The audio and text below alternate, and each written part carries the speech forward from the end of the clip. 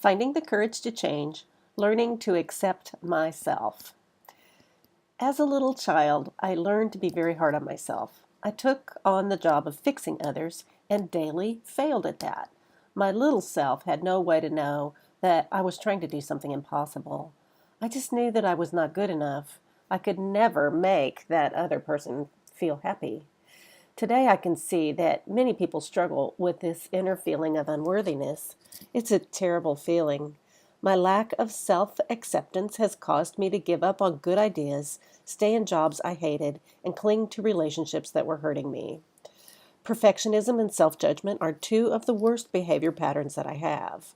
I held a set of ideas that were obviously opposed. On one hand, I knew that I could never be perfect. That was silly. On the other hand, I believed that I needed to be perfect. I was still in the people-pleasing mode. Finally, in a martial arts class, I heard a teacher say, "That's a great mistake. Let's look at that." I felt stunned. A mistake could be good? As I thought about difficult past mistakes, I realized that all my deepest learning and growth came from making mistakes. Growth wasn't about memorizing skills or regurgitating knowledge. Growth came from making mistakes and figuring out how to fix the mistakes. Words don't teach, experience teaches.